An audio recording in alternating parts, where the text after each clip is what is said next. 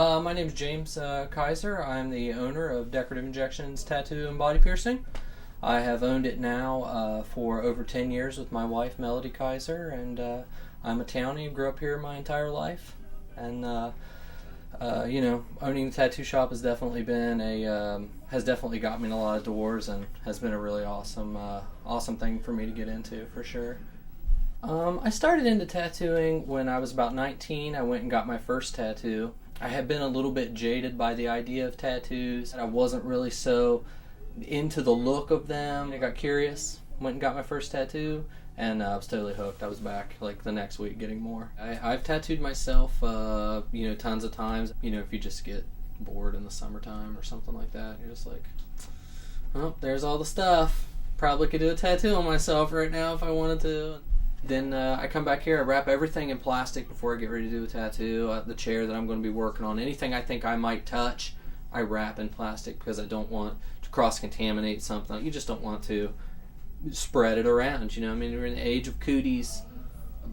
The art has changed. It used to be so much more drawn images on the wall, so much more like, I don't think people knew that they could get custom art, or maybe the artists weren't able to do the custom art. It's a lot easier if the image is right in front of you, but as time has gone on, I think people want to be more individual. They want something drawn up, they want something custom, they want something that stands out more than every other person. I think sometimes people will bring in drawings on napkins, just little sketches. It'll look like a stick figure and a banana, and you have to make that into something awesome, and sometimes you can, and it narrows it down. It's like people have their own interpretation. I think it's just up to the artist to work with them, and try to make the best thing they can out of it. Being an artist and pushing yourself since you're a little kid to draw awesome stuff, drawing something that's a stick figure and a banana on a napkin makes you feel kind of like,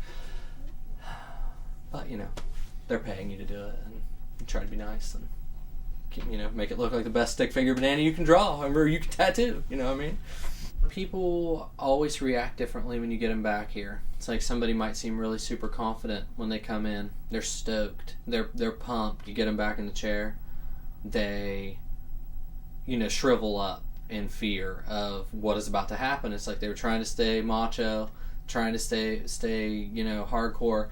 As soon as the needles and stuff start coming out, start freaking out, sweat starts breaking out. It happens, everybody's gonna react differently. You may have a teeny little girl comes in here, she's totally gets a huge tattoo and takes it like a champ and is 110%. Women handle pain a lot better than men in the general, so it's like you never know how a person's gonna be. They might get back here and take it fine. They might freak out, pass out, pee their pants. Since he was the younger, I saw his artwork and paintings, so I figured, why not ask him to draw me a tattoo? So, I gave him an idea where I wanted it at, and he's like, yeah, come back in a week, you can look at it and see if you like it. I liked it, he scheduled me an appointment, and he did it that day. And so with the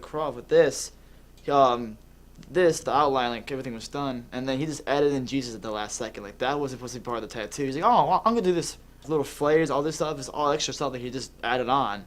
So when I got my other tattoo a week or so ago with my mom, I'm like, why the hell not go to Jimmy?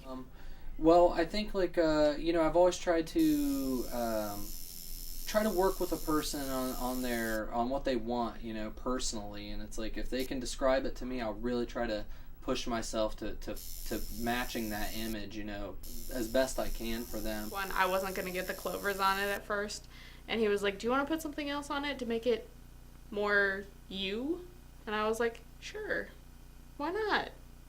The fish was something that they already had, so I feel like he kind of made it specialized to me, although it was something they already had up there. The biggest, I think, reward for me, other than, the payment that, obviously feeds my family and is my livelihood, I think a reward is that, I have...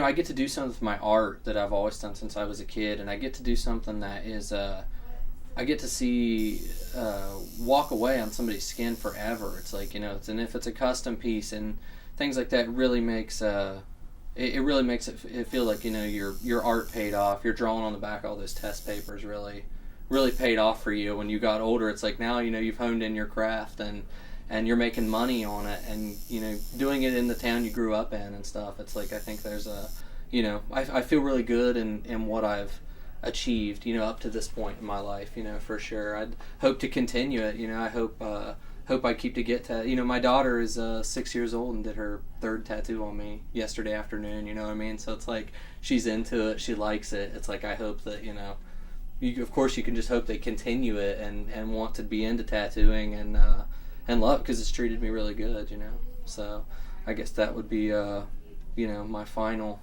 statement for sure is, think about it, get something that means something to you, and, then go from there. We could edit a sentence together of you saying I stab people with a German bayonet. Right. I didn't say that, but I did say that.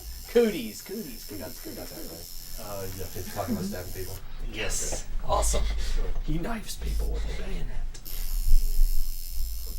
Then my kid knifes people with My a bayonet. children.